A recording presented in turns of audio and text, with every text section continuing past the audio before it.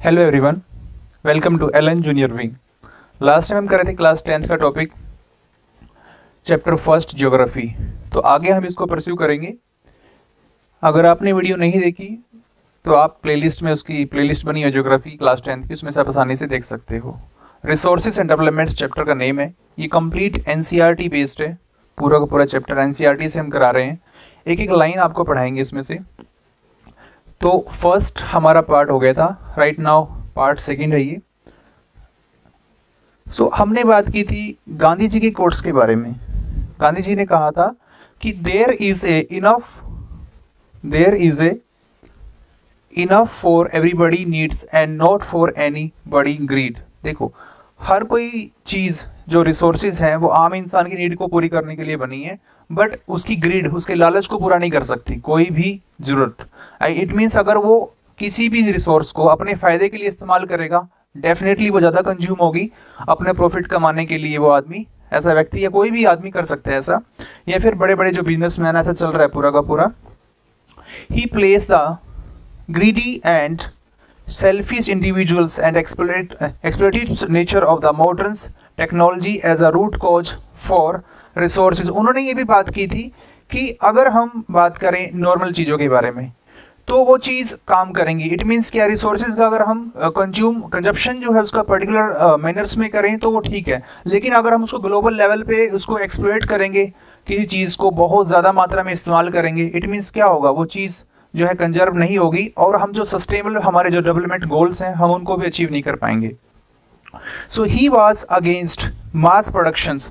वो जो है मास प्रोडक्शन के खिलाफ थे। इट मीन्स क्या है कि जो हमारी फैक्ट्रियां होती हैं वो क्या करती हैं, बहुत ज़्यादा प्रोडक्शन कर देती हैं किसी प्रोडक्ट के अंदर बहुत ज़्यादा मात्रा में। इट मीन्स जो मशीनीकरण आज के टाइम में आ गया है, ह्यूमन सोर्स की तो बात करें, मैन पावर की कम इस्तेमाल होता है, मशीन पावर ज़्यादा इस्तेमाल होने लगा है आज के टाइम में। सो उससे क्या हो जाती है, जो भी कंपनी है वो क्या करती है, रिप्रोडक्शन जो है प्रोडक्शंस के अंदर मासेज होना चाहिए, बट उसके अंदर क्या यूज कर रहे हैं आज के टाइम में, प्रोडक्शन के अंदर मास प्रोडक्शन यूज हो रहा है। इट मीन्स मासेज प्रोडक्शन का मतलब गांधी जी ने ये बात कही थी कि भाई मैन पावर को भी काम मिले। उन्होंने एम्प्लॉयमेंट को बहुत ज़्यादा बढ़ावा दिया था कि जो आम लोगों को रोजगार मिले, बट ऐसा नहीं हो रहा उनके कोर्ट्स के हिसाब से। तो ये जो है हमने अर्थ समिट के बारे में हमने पढ़ा था। आगे है लैंड रिसोर्सेज।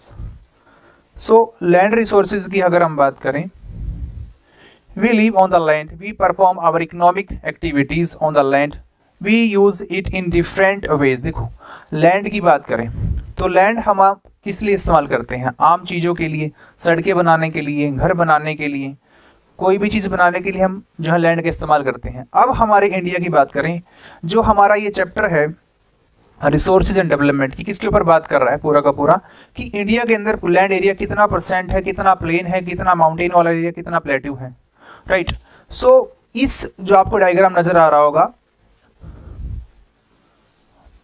बार चार्ट आपको ये नजर आ रहा है, pie chart sorry. So plain area कितना है इंडिया के पास, 43%, और जो माउंटेन वाला एरिया है वो कितना है, 30%। इट मीन्स जो हमारा फर्टाइल एरिया है, जो प्लेन एरिया है वो 43% है। और फर्टाइल एरिया भी कहाँ कहाँ है हमारा, यूपी के अंदर, पंजाब के अंदर, हरियाणा के अंदर, मध्य प्रदेश के अंदर, ये हमारा फर्टाइल एरिया है। 43% इसमें जो है कवर होता है। और जो प्लेट्यू वाला एरिया होता है, प्लेट्यू क्या होता है, जो एक पहाड़ होता है ऊपर से, लेकिन टेबल टॉप्ड होता है उसका, ऊपर से थोड़ा ऊंचाई पर, लेकिन ऊपर से क्या होता है, फ्लैट होता है, उसको हम प्लेट्यू कहते हैं, राइट। तो दस land is a natural resources of utmost importance. देखो, सभी को पता है लैंड एरिया की बहुत ज़्यादा इंपॉर्टेंस है, लेकिन अगर फर्टाइल हो तो उसकी वैल्यू और बढ़ जाती है, अगर बैरन है तो उसकी वैल्यू ना के बराबर है। जैसे हमारे पास राजस्थान में क्या है, थार डेजर्ट है, तो उसकी वैल्यू ना के बराबर है। Vegetations, wild life, human life, economics activities, transport and communications system, however land is an asset of the finite. देखो, एक लैंड एरिया जो है हमारे लिए एक एसेट है, एक बहुमूल्य चीज है, और उसके हिसाब से है जो है हम अपनी चीजें डिसाइड करते हैं। सो मैग्नीट्यूड की बात करें यहाँ पर आगे, magnitude, therefore it is important to use the available land for various purpose with careful planning। देखो, लैंड एरिया जो हमारे पास है, अब हमारे पास एक पर्टिकुलर प्लानिंग भी होनी चाहिए उसको यूज करने की, लैंड एरिया को, right. So India has land under A variety of relief feature. India के अंदर देखो, इंडिया हमारा बहुत ज़्यादा वर्सटाइल है, मतलब कि डाइवर्सिटी बहुत है इंडिया के अंदर। हर जगह अलग अलग लैंड एरिया है, अलग अलग मिट्टी है, अलग अलग एरिया की पॉपुलेशंस डाइवर्सिटी बहुत अलग है। सो कहीं पर माउंटेन एरिया ज़्यादा है, प्लेट्यू है, प्लेन्स एरिया है, आइलैंड है। सो अबाउट 43% मैंने बात की उसके अंदर कि पूरा का पूरा क्या है, प्लेन एरिया है इसके अंदर। और आगे है area is plain which provides facility for agriculture and industry. देखो एग्रीकल्चर के लिए बेस्ट लैंड कौन सा होता है, फर्टाइल एरिया जो प्लेन एरिया होता है, जो हरियाणा यूपी के पास है पूरा का पूरा। और आगे बात करें माउंटेन्स अकाउंट ऑफ 30%। अब माउंटेन का कितना परसेंट हिस्सा है हमारे इंडिया के अंदर, 30% है। लैंड हमने बात करी प्लेन एरिया में 43%। Total surface area of the country and ensure perennial flow of some rivers provided facilities for the tourism and ecological expects about 27% of the area of the country is plateau. अब 27% पे मैंने बताया आपको plateau area, वही जो diagram है उसी को रिप्रेजेंट किया जा रहा है इसके अंदर वर्डिंग के अंदर। सो यहाँ पर क्लियर हो रही है बात कि हमारे पास लैंड एरिया ठीक ठाक है, बट काफ़ी परसेंट एरिया जो है हमारा वो प्लेट्यू की फॉर्म में है, काफ़ी हमारा जो है बैरन की फॉर्म में है, और 30% जैसे मैंने बताया आपको माउंटेन की फॉर्म में है, right. So possesses rich reserve of the minerals, fossil fuels and forest। ये अलग अलग आपको जो है यहाँ पर पूरा का पूरा इकोलॉजी को डिवाइड कर रखा है चीज़ों को कि कितना कितना परसेंट है। सो हमें सबसे पहले पता होना चाहिए कि हम इंडिया की बात करें तो हमें पर्टिकुलर इसकी ज्योग्राफिकल कंडीशंस, फिजिकल और ऑल कंडीशन हमें पता होनी चाहिए कि हम जिसके बारे में पूरा स्ट्रक्चर को पढ़ रहे हैं। So land utilisations, land resources are used for the following purpose. अब जो हमारा लैंड एरिया है, जो हमारी भूमि है, उसको हम किस किस तरीके से यूज करते हैं, सबसे पहले हमें ये पता होना चाहिए। इसके अंदर सबसे पहली चीज है फॉरेस्ट, जंगल। हमारे लैंड पे सबसे पहले देखने को क्या मिलता है, जंगल देखने को मिलते हैं। Land not available for cultivation. अब यहाँ पर लैंड की ना अलग अलग कैटेगरी होती हैं। हमने कहा फॉरेस्ट हो गया हमारा। दूसरी बात करेंगे हम लोग यहाँ पर बैरन, जहां पर कोई चीज पैदा नहीं होती। इट मीन्स क्या है, जो फर्टाइल एरिया नहीं होता है, यह वेस्ट लैंड होता है। पहली कैटेगरी में हमने पढ़ा फॉरेस्ट, जहां पर आपको जंगल देखने को मिलेगा, बैरन है और वेस्ट लैंड। अब बैरन का एग्जांपल क्या है, लाइक जो है हमारा सहारा डेजर्ट है, और हमारे इंडिया में थार डेजर्ट है। सहारा डेजर्ट कहाँ पर है, अफ्रीका कॉन्टिनेंट में है। Land put to non agricultural use, buildings, roads, factories. अब देखो नॉन एग्रीकल्चरल लैंड कौन सा होगा, जहां पर हमारे रोड्स बनेंगे, फैक्ट्रियां बनेंगी, बिल्डिंग्स बनेंगी, उनको हम जो है यूज करेंगे नॉन एग्रीकल्चर यूजेस, जहां पर एग्रीकल्चर का इस्तेमाल नहीं होता। पॉइंट नंबर 1 क्लियर हुआ आप लोगों को। अदर अनकल्टिवेटेड लैंड इंक्लूडिंग की बात करें, excluding fellow land, so permanent pastures and grazing land. अब ये लैंड कौन सा है, जो एरिया जो जानवरों के लिए इस्तेमाल होता है, जो चारागाह होते हैं, जहां पर जानवर चरते हैं, ग्रेजिंग लैंड उसको हम बोलते हैं। Land under miscellaneous tree crops gropes not including internet so area. मतलब कि जो एरिया मिसलेनियस, जैसे ट्री क्रॉप्स भी वहाँ पर यूज हो रही है। इट मीन्स जो मिसलेनियस होता है, कहीं वहाँ पर फसल लगा दी बीच में, कहीं पर ट्री उगा दी है वहाँ पर, like miscellaneous types. Culturables waste lands left uncultivated for more than 5 agricultural years. अब जो लैंड एरिया तकरीबन 5 साल से भी ज़्यादा इसको जो है यूज नहीं किया गया, इट मीन्स वो क्या होगा, अनकल्चरेबल्स लैंड की फॉर्म में आएगा पूरा का पूरा। ठीक है, यहां तक आपको चीजें क्लियर आई होंगी नजर, कि हमने पढ़ा जो लैंड है हमारा फॉरेस्ट की फॉर्म में यूज होता है, कुछ एरिया हमारा लैंड का वेस्ट की फॉर्म में है, लाइक बैरन की फॉर्म में, वेस्ट लैंड की फॉर्म में है। नॉन एग्रीकल्चर मीन्स क्या होगा, हमारे बिल्डिंग्स होते हैं, रोड होते हैं, फैक्ट्री होते हैं, उन पे बनते हैं, right. So other uncultivated land की बात करें, यहाँ पर हमारा परमानेंट पास्चर्स ग्रेजिंग लैंड हो गया। ठीक है, तो यहां तक आपको क्लियर आया होगा नजर। सो हमने बात करी थी यहाँ पर कल्चरेबल्स वेस्ट लैंड की, जिसको कल्टीवेट नहीं किया गया मोर देन 5 ईयर से, उसको हम बोलेंगे culturables waste land, right. Culturable waste land. आगे हम करेंगे फेलो लैंड। अब फेलो लैंड क्या होता है, current fallow left without cultivation. अब जिस लैंड को एक साल या एक साल के अंदर ही अंदर उसको जो है कल्टीवेट नहीं किया गया, उसको बोलेंगे आपका करंट फेलो या फिर fellow lands, right. Other than current fellow, अब अदर देन करंट फेलो क्या होता है, जिस लैंड एरिया को कल्टीवेट नहीं किया गया, इट मींस 1 साल से लेकर 5 साल के बीच में जिसको ऐसे ही छोड़ दिया गया, इट मींस क्या होगा, this is called other than current fellow, ठीक है। ये कुछ टर्म्स हैं, ये आपको याद करनी पड़ेंगी, समझनी पड़ेंगी, थोड़ा थोड़ा डिफरेंस है इनके बीच में, right. So net show area क्या होता है, net shown area, net shown area को हम पढ़ेंगे। देखो हमें पता है कि हमारे पास ना जमीन होती है, मान लीजिए किसी व्यक्ति के पास 5 एकड़ जमीन है, राइट, 5 हेक्टेयर जमीन है किसी के पास, तो उसने क्या किया, उस 5 हेक्टेयर जमीन के अंदर जो है ना फसल उगाई, इट मीन्स उसने 3 फसलें उगा दी, ठीक है। तो 1 साल में उसने 3 फसलें उगाई, इट मीन्स क्या हो गया, 5 × 3, ये 15 जो आया है, उसने 15 टाइम वहां से क्या किया, अपने मनी अर्न किए, पैसे अर्न करे जो है, ठीक है। तो उसी चीज को क्या बोला गया था यहाँ पर, ग्रोस क्रॉप्ड एरिया। समझ आया आप लोगों को। नेट शोन एरिया क्या है, 5 एकड़, 5 हेक्टेयर जमीन जो है वो हमारी नेट शोन एरिया है, 5 एकड़ जमीन और 5 हेक्टेयर जमीन, और जो जिससे उसका ग्रोस आया, इट मीन्स ग्रोस क्या होता है, ओवरऑल जो कॉम्बिनेशन होता है 5 × 3 15, ये क्या होगा आपका, उसका ग्रोस क्रॉप्ड एरिया होगा, राइट। ये आपको चीजें समझ में आनी चाहिए, राइट। चलिए आगे हम करेंगे land use pattern in India. अब जो इंडिया के अंदर है, लैंड के जो पैटर्न है उसके बारे में पढ़ेंगे इंडिया के अंदर। The use of land is determined both by physically factors such as topography, climate, soil type.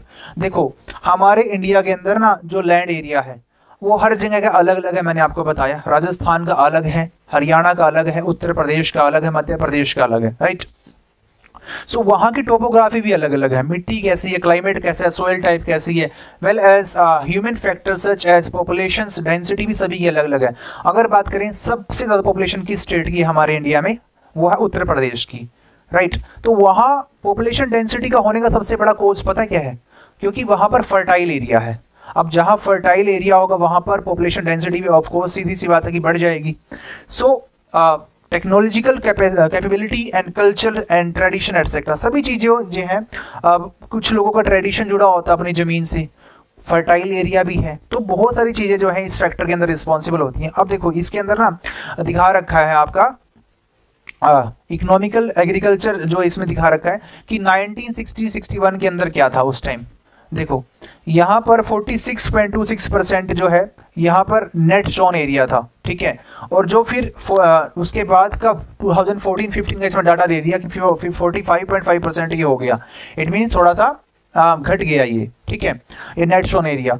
और फॉरेस्ट की हम सबसे बात करें इंपॉर्टेंट की, फॉरेस्ट देखो पहले कितना था, 18.11% था 1960-61 के अंदर, और 2014-15 के अंदर जो है ये बढ़कर कितना हो गया था हमारा फॉरेस्ट एरिया 23.3%। बट क्या हमें फॉरेस्ट एरिया 23.3% ही चाहिए, 23.3% ही फॉरेस्ट चाहिए? Of course not. हमारे पास जो फॉरेस्ट होना चाहिए वो होना चाहिए अप्रोक्सीमेट 33% कंडीशन के हिसाब से, राइट। तो इतना ये डाटा आपको देखना पड़ेगा कि उस टाइम में और आज में कितना डिफरेंस आया है। मैंने क्लास 9 की ज्योग्राफी जब पढ़ाई थी आपको बताया था जो इंडिया का एरिया है वो कितना है, 3.28 मिलियन स्क्वायर किलोमीटर में हमारा इंडिया फैला हुआ है, जो वर्ल्ड में 7th पोजीशन पे आता है in case of area. First पे हमारा रशिया है। Land use data however is available only for 93%। एक टर्म यहाँ पर यूज हो रही है कि हमारे इंडिया के पास जो जमीन है टोटल, क्या हमारे पास सारी का डाटा है हमारे पास? अब बिल्कुल भी नहीं, क्योंकि 100% में से सिर्फ 93% का हमारे पास जमीन का डाटा है, राइट। ऑफ द क्यों नहीं है हमारे पास पूरा data total geographical area, because the land use reporting for most of the north east state. देखो हमारी जो 7 सिस्टर स्टेट है ना, वहां की टोपोग्राफी बिल्कुल ही अलग है। वहां पर अगर हम बात करें कि कहीं जगह समतल जमीन है, कहीं जगह उबड़ खाबड़ है, तो वहां पर सर्वे करना थोड़ा सा मुश्किल है। और दूसरी हम बात करें, आप सभी को पता है असम के अंदर एक्सेप्शंस मैं बता रहा हूं आपको, not even being done fully. So यहाँ पर भी पूरा का पूरा जो सर्वे नहीं हुआ असम के अंदर, जिससे हमें नहीं पता। आपको 7% की बात करूंगा मैं आपको, जो 7% के पास जो है हमारा पास कोई डाटा नहीं है हमारी जमीन का, इंडिया का। जम्मू कश्मीर की बात करूं मैं आपको, चाइना की बात करूं, क्योंकि जम्मू कश्मीर के पास क्या है हमारा, पीओके है, पाकिस्तान ऑक्युपाइड कश्मीर।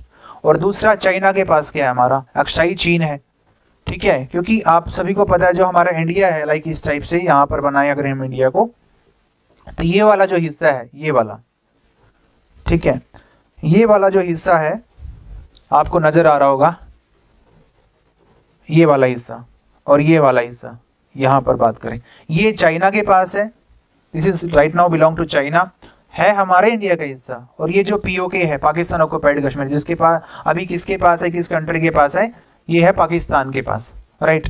ये आपको चीजें पता होनी चाहिए कि कहाँ तक हमारा इंडिया जो है फैला हुआ है।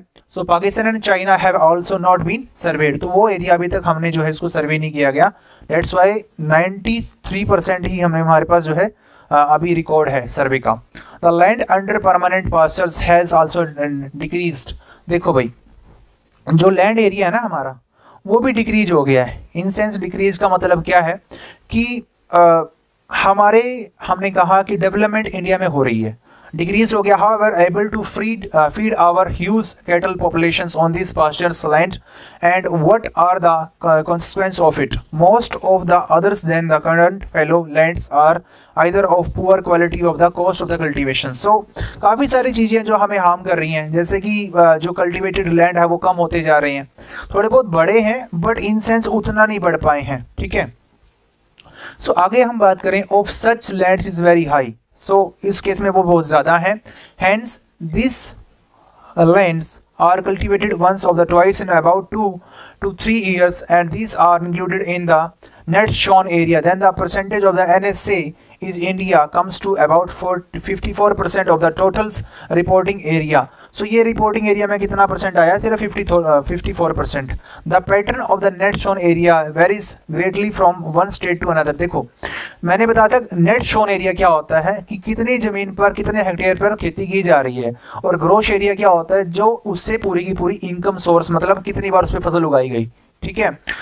तो अलग अलग स्टेट का अलग अलग है। It is over in 80% of the total area Punjab and the Haryana, and less than the 10% in the Arunachal प्रदेश।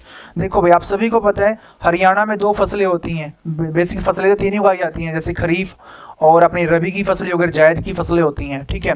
अब हरियाणा कितना है, 80% है। और अगर हम बात करें 7 सिस्टर जो स्टेट्स हैं हमारी, अरुणाचल प्रदेश हो गया, मिजोरम हो गया, मणिपुर हो गया, और जो हमारा अंडमान निकोबार यूटी है, तो यहाँ का बहुत कम है। क्योंकि मेन डिफरेंस क्या है, क्योंकि वहाँ की जो भूमि है वो फर्टाइल नहीं है, और हरियाणा की भूमि, पंजाब की भूमि, यूपी की भूमि, मध्य प्रदेश का जो लैंड एरिया है वो जो है मोस्ट फर्टाइल एरिया है इंडिया के अंदर। तो यहाँ पर हम 2-3 फसलें उगा लेते हैं, जिससे हमारा ग्रोस चीजें वो ग्रोस वैल्यू बढ़ जाती है, ठीक है।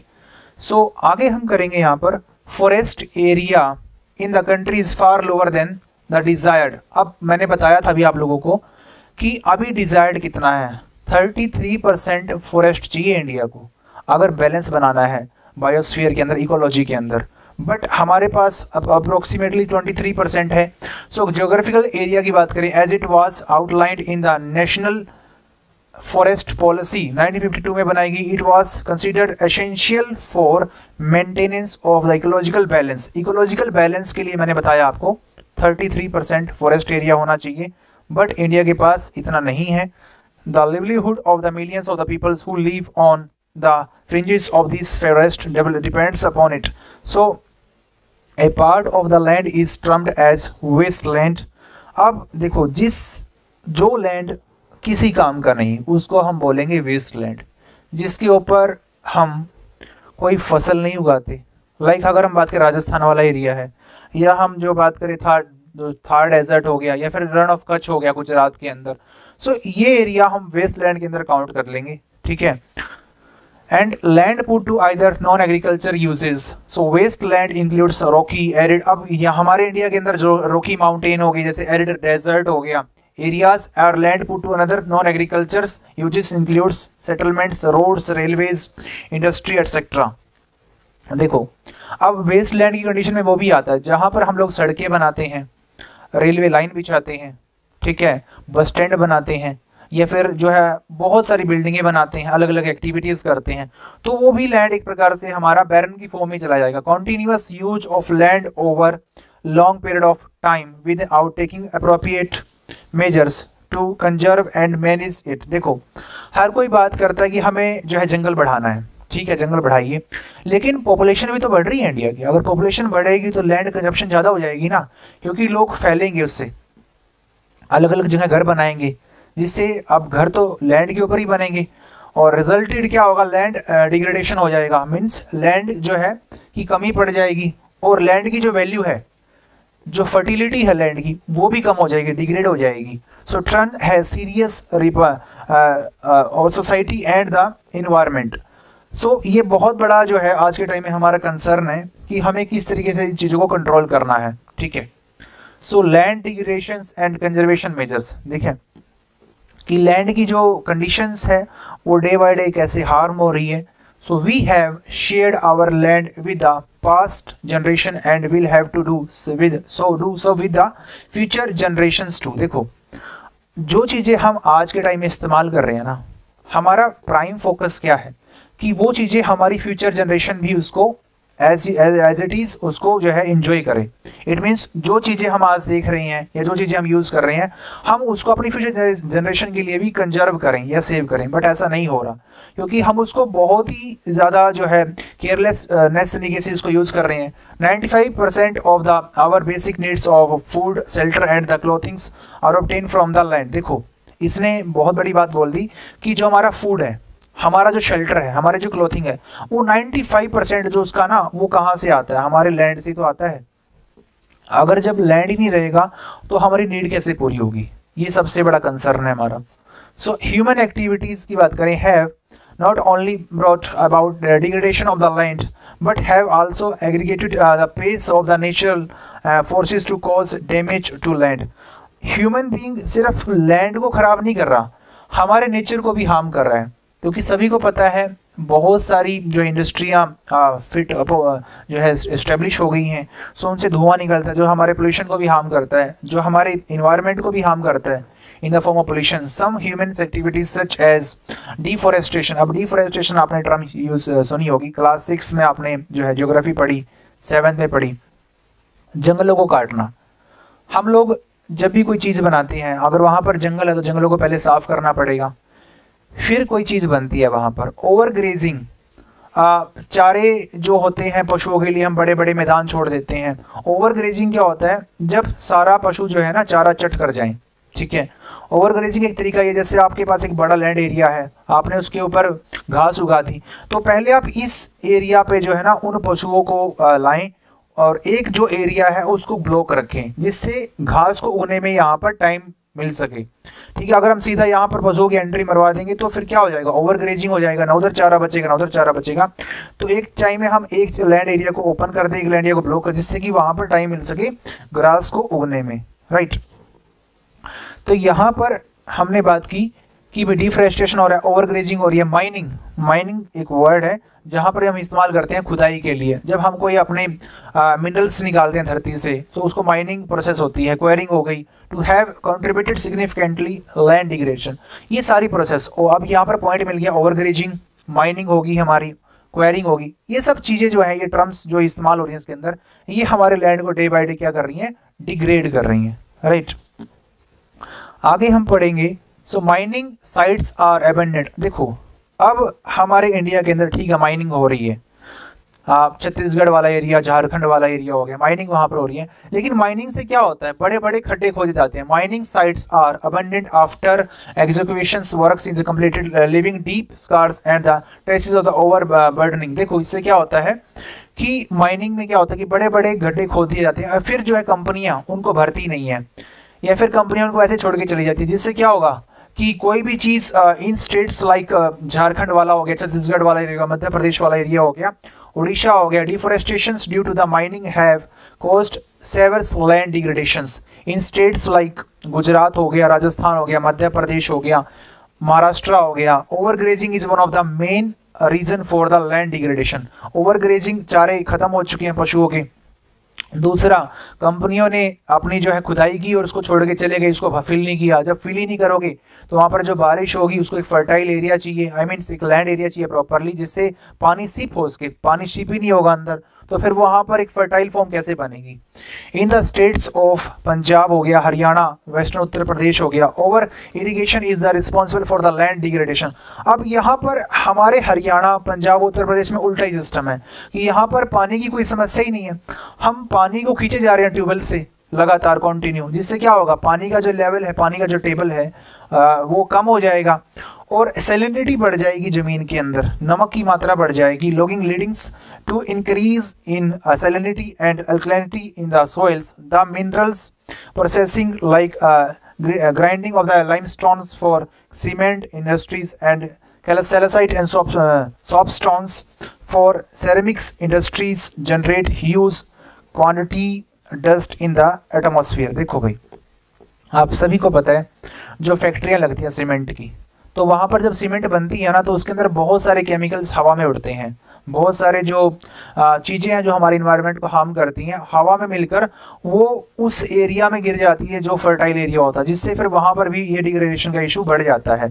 So retards the process of the infiltration of the water into the soil after it settles down of the land.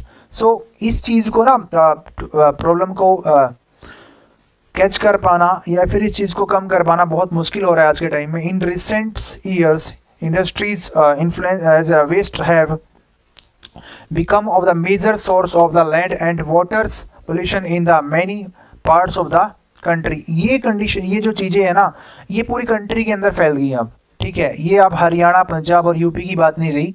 हर जगह लैंड डिग्रेडेशन वो जो है बहुत ज़्यादा हैवी स्केल पे हो रहा है. There are many ways to solve the problems of the land degradation. Afforestation, देखो भाई, हमने डिफोरेस्टेशन की बात करी कि भाई जो इंसान है बेइंतहा जंगलों को काट रहा है बेहिसाब तरीके से. अब एफोरेस्टेशन क्या होता है कि जंगलों को दोबारा लगाया जाए, पेड़ पौधे लगाए जाएं एंड प्रॉपर मैनेजमेंट की जाए, ग्रेजिंग की जाए and help to some extent plantings of shelters belts of the plants. देखो शेल्टर बेल्ट क्या होती है, एक जैसे जमीन का टुकड़ा होता है ना, उसके बीच में चारों तरफ पेड़ पौधे लगा दिए जाएं, जिससे कि जो है हवा उस मिट्टी को जो है उड़ा के नहीं ले जाएगी, जिससे वो लैंड एरिया है डिग्रेड नहीं होगा. ठीक है, सो ये चीजें नहीं होंगी इसके अंदर. हमने यहां तक पढ़ा है इसको. ठीक है, so planting of shelters belts of plants, control on overgrazing, stabilization of sands dunes by growing thorny bushes are some of the अब methods. देखो आप सभी को ये भी पता होना चाहिए जो मरुस्थल है, जो आपका डेजर्ट है, वो भी अपने आप को फैलाता है दूर दूर तक. ठीक है, तो उसको भी हमें रोकना होगा. हमें जो यहाँ पर बात की है, यहाँ पर थ्रोनी बुशेस है, हम उनको यूज कर सके, उसको जो है मरुस्थल को रोकने का काम कर सकते हैं, लैंड डिग्रेडेशन को रोक सकते हैं. In arids areas proper management of waste lands, control of mining activities, हमें कंट्रोल करना पड़ेगा माइनिंग के ऊपर. वेस्ट लैंड को हमें किसी तरीके से स्टेबल करना पड़ेगा. Proper discharge and disposal of industrial influence and wastage after treatment can reduce the land and water degradation. यहाँ पर बार बार वही बातें रिपीट हो रही हैं कि हमें जो है किसी न तरीके से जो हमें ठोस कदम उठाने पड़ेंगे लैंड को अपग्रेड करने में. डिग्रेडेशन को जो है हमें किसी न किसी तरीके से इसे छुटकारा चाहिए हमारे जो है लैंड एरिया को. सोयल एज ए रिसोर्सेज, अब आप सभी को पता है सोयल के बिना कुछ भी नहीं है, क्योंकि हमारी हर एक चीज़, हमारी जो फसलें हैं, हमारी जो सब्जियां हैं, या हमारी पल्सीज है, दालें हैं, सब कुछ सोयल पे उगती हैं. ठीक है, सो सोयल की आज हम इसको, क्योंकि ह्यूमन एक रिसोर्स है, सोयल भी एक रिसोर्स ही है. Soil is the most important renewable natural resources. देखो आप सभी को पता है जो हमारी सोयल है, आप उस पर कितनी मर्जी फसलें उगा दो, बट डिपेंड करता है कि आप उसको कितने दिनों बाद उगा रहे हो. ठीक है, उसको एक टाइम चाहिए ना सोयल को जो है सब्जियां उगाने के लिए. ठीक है, जैसे हम पहले हम गेहूं उगाते हैं, फिर जो है चावल उगाते हैं, तो एक पर्टिकुलर टाइम होता है इसका। ऐसा नहीं कि आप अगली बार भी गेहूं उगा दोगे, क्योंकि आपको एक लैंड को पर्टिकुलर टाइम देना होता है जिससे अपनी जो है वो फर्टिलिटी को दोबारा गेन करके उसके लिए कैपेबल हो जाए जो फसल आप वहां पर उगाना चाहते हो। ठीक है। It is the medium of the plant growth and supports different types of living organisms on the earth. The soil is a living system. It takes millions of the years to form a soil up to a few centimeter in depth. देखो भाई, लाखों साल लग जाते हैं 1 centimetre जो है soil को आने के लिए, उसके जो है सोइल को बनने में। सो रिलीफ पेरेंट्स रॉक्स होती हैं, बेड रॉक होती हैं, क्लाइमेट वेजिटेशन होता है, others form of the life and time are important factors in the formation of the soil. बहुत सारी चीजें, ये चीज एकदम नहीं होती, लाखों साल लग जाते हैं सोइल को फर्टाइल की फॉर्म में आने के लिए। ठीक है। हमने बात की जैसे कि 1 सेंटीमीटर, फ्यू सेंटीमीटर को जो है लाखों साल लग जाते हैं, millions of the years. So such as change in the temperature action of the running water, wind and glaciers activities of the decomposers et cetera. तो ये सब चीजें जो है हमें अपने इन्वायरमेंट के अंदर जो है ना ध्यान देना पड़ेगा चीज़ों के ऊपर कि कौन कौन सी चीज़ें जो हैं हमारे इन्वायरमेंट को हार्म कर रही हैं और हमें जो है उनको एलिमिनेट करना है। ठीक है। So other form of the life and times are important factor in the formation of soil. Various forces of nature such as change temperature हो गया, रनिंग वाटर हो गया, विंड ग्लेशियर हो गया, एक्टिविटीज हो गई, डिकम्पोजर्स हो गई। ठीक है, जो रिस्पॉन्सिबल है हमारी सोइल को डिकम्पोज करने के अंदर। So contribute to the formation of soil chemicals and organics changes which take place in the. So ये हम थोड़ा सा यहाँ पर पूरा डायग्राम देखेंगे हमारी सोइल का कि हमारी जो सोइल है कितनी कैटेगरी में बटी हुई है। ठीक है। देखो, सबसे ऊपर होती है हमारी टॉप सोइल। ठीक है, द अपर सोइल लेयर होती है ये, और जस्ट टॉप सोइल के नीचे हमारी कौन सी सोइल होती है? सब सोइल होती है। ठीक है, ये वेदर्ड और रॉक्स, सैंड और क्ले से बनी होती है। देखो, हमारी जो मिट्टी है ना, इसके अंदर जो लेयर है वो अलग अलग लेयर जो है उसके अंदर अलग अलग एग्रीगेट्स बने होते हैं, अलग अलग चीजें हैं उसके अंदर बनने में। सब स्ट्रेटम्स यहाँ पर वेदर्ड्स पेरेंट रॉक होती हैं इसके अंदर। ठीक है, या फिर अनवेदर्ड्स जो पेरेंट बेड रॉक्स होती है। तो ये सोइल की प्रोफाइल होती है, ये आपको इसको देख लेना अच्छे से। ठीक है, आगे हम बात करें, सोइल आर इक्वली इम्पोर्टेंट। देखो, सोइल तो इम्पोर्टेंट है ही। Soil also consist of organic humus and inorganic materials. Humus क्या होता है? जो डेड एनिमल्स होते हैं जो सोइल की फर्टिलिटी को बढ़ाने में हेल्प करते हैं, ह्यूमस उसको कहते हैं। On the basis of the factors responsible for soil formations. अब देखो, सबसे मेन चीज क्या है? अलग अलग सोइल के ना अलग अलग कलर होते हैं। ठीक है, हमने सोइल को कितनी कैटेगरी में बांटा है? 6 कैटेगरी में हम सोइल को बांटते हैं। सो उनका कलर अलग होगा, थिकनेस अलग होगी, टेक्सचर भी अलग होंगे। एज की बात करें, केमिकल एंड फिजिकली प्रॉपर्टीज होंगी। Soil of India are classified in different types की बात करेंगे अब इसके अंदर हम, कि हमने मिट्टी के बारे में बात की। अब मिट्टी क्या इंडिया की सारी एक जैसी है? बिल्कुल भी नहीं, क्योंकि इंडिया के अलग अलग स्टेट में अलग अलग टाइप की मिट्टी मिलती है। ठीक है, so classification of soils, India has a varied relief features की बात करें, लैंड फॉर्म्स है, क्लाइमेटिक रिलिम्स हैं, वेजिटेशन से types of this have contributed in development of the various types of the soils. So हमने बात की कि मैंने बताया आपको जो सोइल है हमारे इंडिया के अंदर उसको हमने जो 6 कैटेगरी में बांट रखा है, 6 कैटेगरी में। सबसे पहले आती है एलुवियल सोइल। एलुवियल सोइल जो होती है ये मोस्ट फर्टाइल सोइल होती है। ठीक है, अब ये मिलती कहाँ पर है? ठीक है, this is the most widely spread, ये पूरे इंडिया में सबसे ज्यादा सोइल है जो फैली हुई है। ठीक है, ये आपको टर्म पता होनी चाहिए। पहला फैक्ट ये पता लगता है कि सबसे ज्यादा सोइल कौन सी हमारे इंडिया में? एलुवियल सोइल है। इंटायर जो हमारा नॉर्थ प्लेन है, हमारा जो हमारा पंजाब हो गया, हरियाणा हो गया, उत्तर प्रदेश हो गया, मध्य प्रदेश हो गया, यहाँ पर आपको ये सोइल देखने को मिलेगी। So made up of the alluvial soils, this have been deposited by the. अब ये 3 इंपोर्टेंट हिमालयाज रिवर जो है इसको लाने में हेल्प करती है। अभी एलुवियल सोइल जो आई कहाँ से है? इंडस रिवर इसको हेल्प करती है लाने में।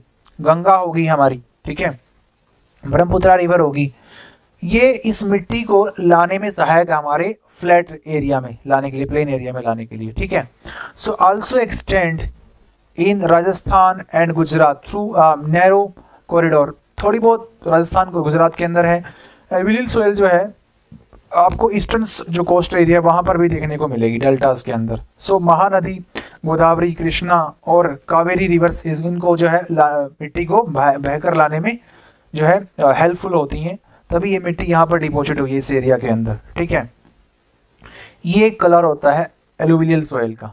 ठीक है, ये आपको देख लेना है। ठीक है, ये कलर होता है एल्यूवियल सॉइल का। ठीक है, थोड़ा सा गेरुआ रंग होता है। ठीक है, आगे हम बात करें, the alluvial soils consist of various proportions of the sand। अब इस alluvial soil के अंदर क्या क्या चीजें होती हैं? सैंड होता है, सिल्ट होता है, क्ले होता है। आपने क्लास 6, 7, 8 की जो है ना ज्योग्राफी पढ़ी होगी, उसके अंदर जो है आपको ये टर्म्स पता होनी चाहिए। सैंड का जो साइज होता है वो सबसे बड़ा होता है, सिल्ट उससे भी छोटा, और क्ले बिल्कुल मुलायम मिट्टी जो होती है। ठीक है, as we move inlands towards the river valley, soil particles appear somewhat bigger in size in the upper reach of the river valley। अब सभी को पता है जब पानी बहकर आता है ना ऊपर पहाड़ों से, तो पहले बड़े बड़े पत्थर आते हैं पानी के साथ में, फिर वो पत्थर जहां तक जा सकते हैं पानी उनको खींच कर लाता है। ठीक है, उसके बाद फिर छोटे छोटे जो है बजरी जैसे जो है साइज होते हैं उनके फिर वो बहकर आती हैं। फाइनली फिर जो फाइन पार्टिकल्स होते हैं सोइल के वो बच जाते हैं, फिर वो फर्टाइल एरिया में पहुंच जाते हैं, जिससे जो पूरा का पूरा डिपोशंस होता है। ये near the place of the break of the slopes the soils are coarse, such soils are more common in the piedmont plains such as. अब देखो ये नाम जो है ना सोइल के अलग अलग हैं, ड्यूरास, चॉब्स, टेरिया, मतलब नाम अलग अलग है, बात एक ही। पिरामिड प्लेन्स कौन से होते हैं? जो हिल होती है हमारी उनके फुट पर जो ही मिलते हैं उनको पिरामिड बोलते हैं, जहां पर आपको थोड़े से मोटे कोर्स जो पत्थर देखने को मिलते हैं। Apart from the size of their grains और components, soil are also describe on the basis of their age. According to their age alluvial soils can be classified. अब देखो जो एल्यूवियल सॉइल है ना हमारी, जो मोस्ट फर्टाइल सॉइल है, उसको भी जो है हमने दो कैटेगरी में डिवाइड कर रखा है। ठीक है, अब जो पुराने वाली है उसको बोला गया बांगर। ठीक है, और जो न्यू कैटेगरी है उसको बोला गया खादर। ठीक है, ये दो चीजें आपको पता होना चाहिए कि जो हमारी एल्यूवियल सॉइल है उसको भी दो हिस्सों में डिवाइड कर रखा है, one is Bangar, another one is Khadar. ठीक है, सो जो सॉइल हैज हायर कंसंट्रेशन, अब आगे टर्म पढ़ेंगे कि बांगर और दूसरी खादर के बारे में पढ़ेंगे कि जो कंकर नूडल्स देन द खादर। ठीक है, अब जो बांगर होती है उसके अंदर थोड़े जो पार्टिकल्स होते हैं वो बड़े होते हैं, मतलब फर्टिलिटी थोड़ी सी कम होती है खादर की एज कम्पेयर टू बांगर की थोड़ी फर्टिलिटी कम होती है एज कम्पेयर टू खादर के मुकाबले। ठीक है, it has a more fine particles and the more fertile than the Bangar.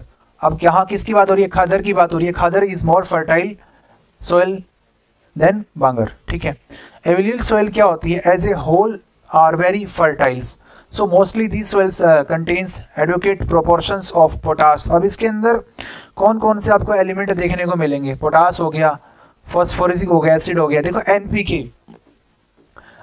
NPK. ठीक है, सो नाइट्रोजन, फॉस्फोरस और पोटाशियम, ये किसी भी मिट्टी के लिए मोस्ट इंपॉर्टेंट चीजें हैं। ठीक है, सो फॉस्फोरिक एसिड हो गया, lime which are ideal for this growth of the sugar cane. अब इस मिट्टी के अंदर कौन कौन सी फसलें जो है अच्छे तरीके से हो सकती हैं? शुगर केन हमारा गन्ना हो गया, पैडी होगी हमारी चावल्स, वीट हो गए। ठीक है, सीरियल्स होगी हमारी, पल्सीज होगी, क्रॉप्स होगी। ये मिट्टी हरियाणा, पंजाब, उत्तर प्रदेश, मध्य प्रदेश में फैली हुई है। डेट्स वाई यहाँ पर जो है ना प्रोडक्शंस जो है वो ज़्यादा होता है फसलों का। ठीक है, due to its high fertility regions alluvial soils are intensively cultivated and densely populated। अब जहां पर ये मिट्टी होगी ना, कौन सी alluvial soil होगी, वहां पर पॉपुलेशन भी ऑब्वियस सी बात है ज़्यादा बढ़ जाएगी, क्योंकि फर्टाइल एरिया के पास लोग रहते हैं ना maximally. soils in the red areas are more alkalines and can be productive after proper treatment and irrigation। देखो भाई, अब जिस एरिया के अंदर ये मिट्टी नहीं है या है भी है तो वो खराब हो रही है, तो हम उसको जो है इम्प्रूव कर सकते हैं विद प्रॉपर, अगर उसको हम जो है ट्रीटमेंट दे दो। ठीक है, आगे है ब्लैक सोइल। ब्लैक सोइल की अगर हम बात करें, this soil are black in colour. इसका जो कलर होता है वो ब्लैक होता है, इस वजह से हम इसको ब्लैक सोइल कहते हैं। ठीक है, और known as regur soil. Most important question यहाँ से बनता है कि what is the other name of black soil, इसको हम कहते हैं रिगर सॉइल, ठीक है। सो ब्लैक सॉइल जो है आइडल क्या है, क्या काम करती है ब्लैक सॉइल के अंदर, मतलब क्या होता है, कॉटन, सबसे ज्यादा जो है ना कॉटन का जो है उगाने का काम ब्लैक सॉइल के अंदर ही होता है। Black cotton soils, it is believe that climatic conditions along with the parent rock materials are the important factor for the formation of the black soil. So this type of soil is typically of Deccan. अब जो Deccan trap जो हमारा प्लेटू है ना area, जो हमारा south part वाला area, Gujarat वाला, महाराष्ट्र वाला एरिया, वहां पर आपको ब्लैक सोइल देखने को मिलती है, ठीक है। Spread over northern west Deccan plateau हो गया, made up of the lava. अब ये जो मिट्टी है, कहा जाता है कि जो लावा होता है उसके निकलने से जो है बनी है पूरी की पूरी, ठीक है। They cover the plateau of the Maharashtra हो गया, सौराष्ट्र हो गया, मालवा मध्य प्रदेश। ये आपको पता होना चाहिए कि जो ब्लैक सॉइल जो एरिया है ना वो कहाँ कहाँ तक ब्लैक सॉइल जो है फैली हुई है, ठीक है। छत्तीसगढ़ हो गया, extend of south east directions along the Godavari हो गया एरिया में, कृष्णा वैलीज के, तो यहाँ पर आपको ब्लैक सॉइल देखने को मिलेगी, ठीक है। ये ब्लैक सॉइल का डायग्राम है, ये कैसी नजर आती है ये आप यहाँ से देख सकते हो, ठीक है। सो जो ब्लैक सॉइल है, जो काली मिट्टी है, वो किससे बनी होती है, एक्सट्रीमली फाइन पार्टिकल से बनी होती है, क्ले मेटल जिसको हम कहते हैं। They are well known as for their capacity of hold. इसकी सबसे खास कैपेसिटी, खास क्वालिटी क्या होती है ब्लैक सॉइल के अंदर, वाटर कैपेसिटी बहुत ज़्यादा होती है इसके ब्लैक सॉइल के अंदर। सो मॉइस्चर कैपेसिटी बहुत ज़्यादा होगी। इन एडिशन दे और न्यूट्रिएंट्स बहुत ज़्यादा होते हैं इसके अंदर, कैल्शियम की मात्रा बहुत ज़्यादा होती है, पोटाश हो गया, ये सब क्वालिटी ब्लैक सॉइल के अंदर देखने को मिलती है। बट ये फर्टाइल नहीं होती किस चीज़ के लिए, जो हमारी क्रॉप होती हैं, वीट हो गई, बार्ले हो गई, ठीक है, जो पैडी होगी। बट कॉटन के लिए सबसे बेस्ट सॉइल मानी जाती है, जिसको हम रेगर सॉइल भी कहते हैं। क्वेश्चन एनसीईआरटी का डायरेक्ट क्वेश्चन आता है कि रेगर सॉइल किसका नाम है, ब्लैक सॉइल का। तो ये था पार्ट 2 क्लास 10th क्लास का चैप्टर का। सो इससे पहले मैंने पार्ट 1 करवा दिया है, अगर आपने नहीं देखा ज्योग्राफी का तो उसकी प्लेलिस्ट बनी हुई है, आप वहाँ से भी उसको देख सकते हो आसानी से। So this it was part 2।